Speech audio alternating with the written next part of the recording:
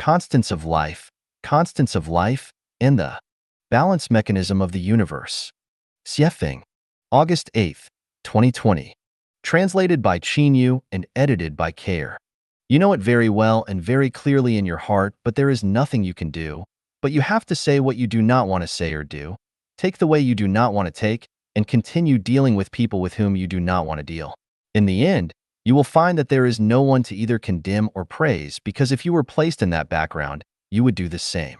When you finally see that the messenger of the greatest creator is washing the toilet, that God is being nailed to a cross, that Buddha is weeping, that the emperor is the stupidest person around, that billionaires are starving to death, that the hottest and most powerful figures in the world are thrown into jail, that those who are proficient in history become obsequious for a bowl of rice, that very hardworking people are living in poverty, that ignorant and incompetent people are living, well, and so on and so forth, then you will finally know that life and life have constants and that the universe has a balancing mechanism.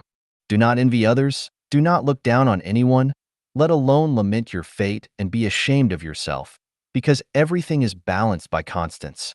Do not be complacent because you are fully satisfied or content, because unexpected big sticks will fall down at any time and strike you dizzy.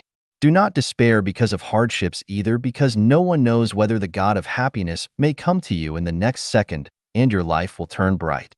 I see that life's constant is working, and that is the adjustment of the universe's balancing mechanism which no force can contain. What are constants? They are quantifications, the laws of repeated operations, natural and invisible phenomena, and universal laws that exist throughout the universe. In mathematics, they include pi, the golden ratio, and the Pythagorean constant. In physics, they include standard atmospheric pressure at sea level, the gravitational constant, the mass of particles, and so forth. In chemistry, they include the molecular formula, molecular weights, melting and boiling points of everything, density, the refractive index, purity, and so forth. Since constants are universal phenomena, there is no doubt that life also has them. For example, physical death is a constant that can be changed by neither desire nor effort. The numbers of breaths and pulse beats, and the lengths of lives must also be constants. Even the number of times that one can have sex must be a constant. It is like the fact that the numbers of bones, eyes, legs, and hairs on human bodies are certain. The most difficult things to determine are the constants of life. In terms of constants, how many blessings will a person enjoy? How many hardships will they endure? How much wealth will they have? Will they be respected and loved by many people?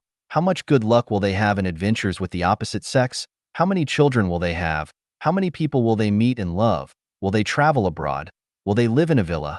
Will they become officials, and how high will their ranks be? What kind of lives will they experience? And will they become a Buddha, a celestial, or whatever?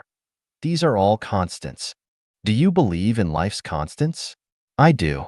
Yesterday, I went to the Kamloops Hospital, which is more than 230 kilometers away. This is a large, high-end hospital where most people wore masks because doing so during this epidemic is said to reduce their risk of infection, but I did not wear one because I believe in life constants. My creed is, if you were supposed to die, then you would die even if you wore a mask that covered your entire body completely. If you were not supposed to die, then you would not die, even if you were immersed in a tank full of viruses and wanted to. What should happen will happen. You can run, but you cannot hide.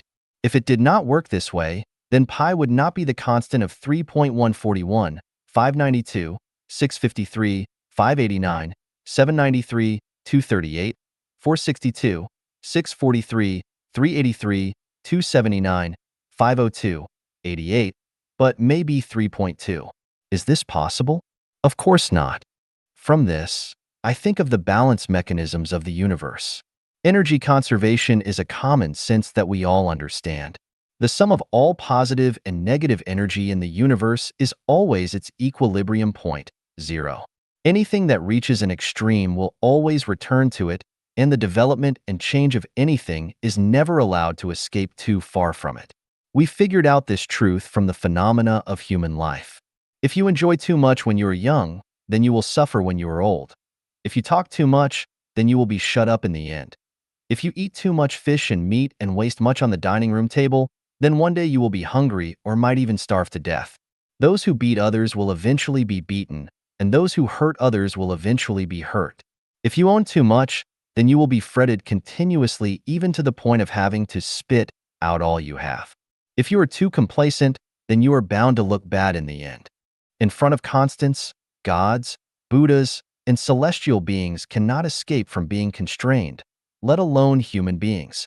Saddam Hussein, the commander-in-chief of the Iraqi armed forces, never expected to be hanged when he flaunted his might. Do you think that you are more powerful than Saddam was? Is there a way to balance? Yes, that is, the way of the greatest creator, the way of nature. Is there a way to escape from being constrained by constants? Yes, that is, selfless dedicating and giving.